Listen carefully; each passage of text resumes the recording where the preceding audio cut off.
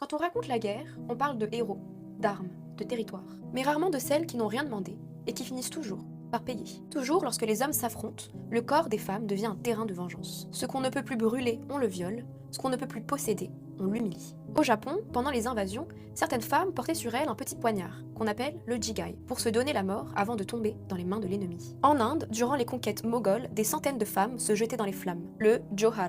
Ces femmes préféraient se jeter dans le bûcher plutôt que d'être réduites à l'esclavage sexuel. En Bosnie, dans les années 90, des milliers de femmes ont été violées dans des camps. Mais ce qu'il faut comprendre, c'est que ces actes cruels ne sont pas réalisés par désir, mais par stratégie. C'est une manière de détruire, d'humilier, de marquer tout un peuple entier. Aujourd'hui encore, en République démocratique du Congo, les viols de guerre sont encore monnaie courante. Parce que le corps féminin reste le symbole de la nation, de la liberté, de la vie qu'on veut anéantir. Bonjour à tous, je m'appelle Louloutique, j'ai 22 ans et chaque jour je te raconte une anecdote à raconter à table ou alors je partage mon avis. Évidemment qu'il existe énormément d'autres exemples dans l'histoire, ce ne sont que des cas parmi tant malheureusement. Parce qu'en guerre, attaquer une femme, c'est attaquer la vie en elle-même. C'est tuer sans tuer, c'est effacer sans tirer de balles. Et ce qui est le plus cruel, c'est que la guerre finit toujours par s'arrêter. Pas la honte, pas la peur et pas les cicatrices qu'on leur laisse. On dit que les vainqueurs écrivent l'histoire, mais les femmes, en elles, portent les ruines. Moi je pense que si depuis toujours les femmes sont les premières victimes des guerres, c'est parce que l'humain a un besoin viscéral de dominer. La guerre, c'est pas juste une conquête de territoire, c'est une conquête de corps. Prendre la femme de l'autre, c'est prendre ce qu'il y a de plus sacré.